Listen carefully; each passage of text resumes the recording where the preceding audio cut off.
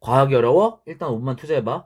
우리 몸을 자세히 들여다보면 보조개가 있거나 이마가 일자거나 여러가지 특성이 있지. 생물이 지니고 있는 여러가지 특성을 형질이라고 하고, 부모의 형질이 자녀에게 전달되는 현상을 유전이라고 해. 수도승이었던 맨델은 생물에게는 한 가지 형질을 결정하는 한 쌍의 유전인자, 이후 과학자들을 통해 유전자라고 불리게 되는 물질이 있고, 그 유전인자는 부모에게서 자손에게 전달된다고 생각했지. 그리고 맨델은 완두콩으로 자신이 생각한 유전인자에 대한 연구를 시작했어. 그가 완두콩을 고른 이유는 기르기 쉽고 한 세대가 짧을 뿐더러 한 번에 얻는 자손수가 많고 서로 대립하는 형질이 뚜렷하기 때문이지. 사람처럼 상대방을 고르지 않으니 수분, 즉 교배를 조절하기 쉽고, 한 가지 형질에서 구분되는 변이를 대립 형질이라고 하는데, 상동 염색체에서 같은 위치에 각각 분리되어 존재되어 있어. 맨델이 살았을 당시 사람들은 유전 원리를 마치 파란 물감과 빨간 물감이 섞이면 보라색 물감이 되는 것처럼 부모의 형질이 섞여서 자손에게 전달된다고 생각했는데, 맨델은 한 쌍을 이루는 유전인자가 서로 다를 때 유전인자 하나만 형질로 표현되고 나머지 인자는 표현되지 않는다고 생각했지. 한 가지 형질을 나타내는 유전자의 구성이 같은 개체를 순종이라고 하고, 유전자 구성이 다른 개체를 잡종이라고 해. 맨델은 순종을 얻기 위해 많은 횟수의 자가 수분을 시도했고, 각각 콩이 둥글거나 주름진 개체, 콩이 노란색이거나 녹색인 개체, 꼬투리가 매끈하거나 주름진 개체, 꼬투리가 녹색이거나 노란색인 개체, 꽃이 자주색이거나 흰색인 개체, 꽃이 줄기 옆에 달렸거나 줄기 끝에 달린 개체, 줄기가 길거나 짧은 순종 개체들을 얻고 각각 대립 형질을 가진 개체들끼리 수분시켜봤어. 그랬더니 그 순종 개체들을 수분에 얻은 자손 1세대에서는 각각 둥근 콩을 가진 개체, 노란 콩을 가진 개체, 매끈한 꼬투리를 가진 개체, 녹색 꼬투리를 가진 개체, 자주색 꽃을 가진 개체, 줄기 옆에 꽃이 나는 개체, 줄기가 긴 개체만 나왔지.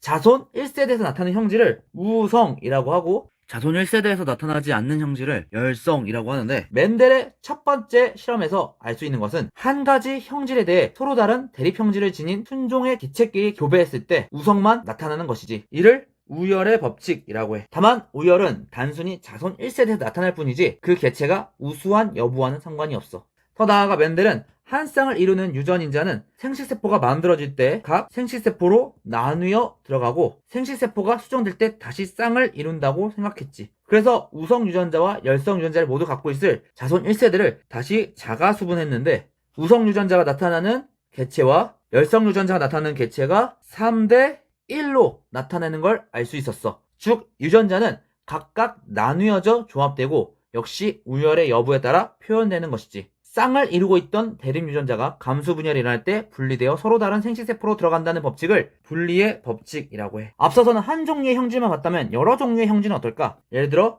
노랗고 둥근 순종 완두콩과 녹색이고 주름진 순종 완두콩을 교배시키면 그 자손 1세대는 우열의 법칙에 의해 모두 노랗고 둥근 완두콩이 나올 거야. 다만 이 자손 1세대를 자가수분하면 노랗고 둥근 완두콩과 녹색이고 둥근 완두콩, 노랗고 주름진 완두콩, 녹색이고 주름진 완두콩이 각각 9대, 3대, 3대 1로 나타나. 즉, 두 쌍 이상의 대립 유전자가 서로 영향을 미치지 않고 각각 분리의 법칙에 따라 유전되는 거지. 이를 독립의 법칙이라고 해. 맨델의 연구는 유전자를 바탕으로 유전 원리를 설명할 수 있게 해줬고, 생물의 유전 현상을 연구하는 기본 원리를 알게 해줬다는데 의의가 있어. 다만 일부 종들은 잡종의 모습이 순종 모습의 중간 모습으로 나타나기도 하고, ABO 혈액형에서 A와 B가 둘 다 있을 때 AB형이 되는 것처럼 서로 다른 유전자라도 서로 우성이라 둘 다 발현되는 현상도 일어나지.